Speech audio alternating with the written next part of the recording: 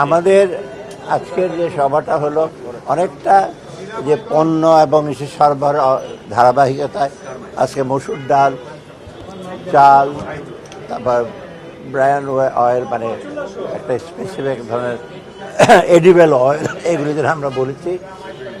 ইতিমধ্যে আপনারা দেখেছেন মোটামুটি তো চালের একটা ভ্যারাইটির দাম বেড়ে গেছে, বাট বাকিগুলো মোটামুটি আমাদের ভালো রেজাল্ট হয়েছে। তবে আজকে আবার আমরা ইম্পোর্ট করার জন্য বলেছি।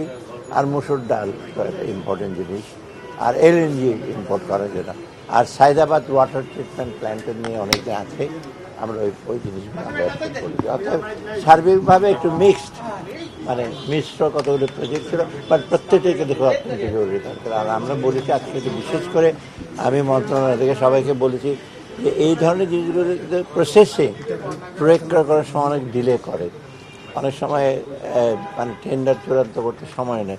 এখন থেকে যদি এগুলো যেন না হয়, যাতে আপনি ডিলে করবেন, কষ্ট বাড়ানো হয়, আবার নানা রকম কমপ্লিকেশন হয়, এগুলো অ্যাভয়েড করে দ্রুততার সাথে কিন্তু এত ডিউ ডিলিজেন্স করে যেন আসে, সেটা আমরা বলছি। এটাই হলো আপনার কাজকে।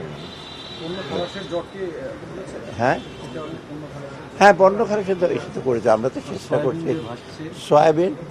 সয়াবিনটা ভাসছে, এটা আমাদের দৃষ্টিতে আসছে। তো এখন একজন ব্যবসায়ীরা তো অনেক সময় ব্যবসার নানা রকম সে জানে, ওটা আউটের সাথে রেখে দিয়েছে, দি use this feeder vessel as a storage, তাই না? তাড়াতাড়ি করে আপনি যেন কোস্টগার্ড থেকে যাই হোক, আমরা তো চেষ্টা করছি। আপনার যত বেশি চালাক হয়, আমাদের তো আরেকটু বেশি চালাক হয়ে দক্ষ হয়ে করতে হবে।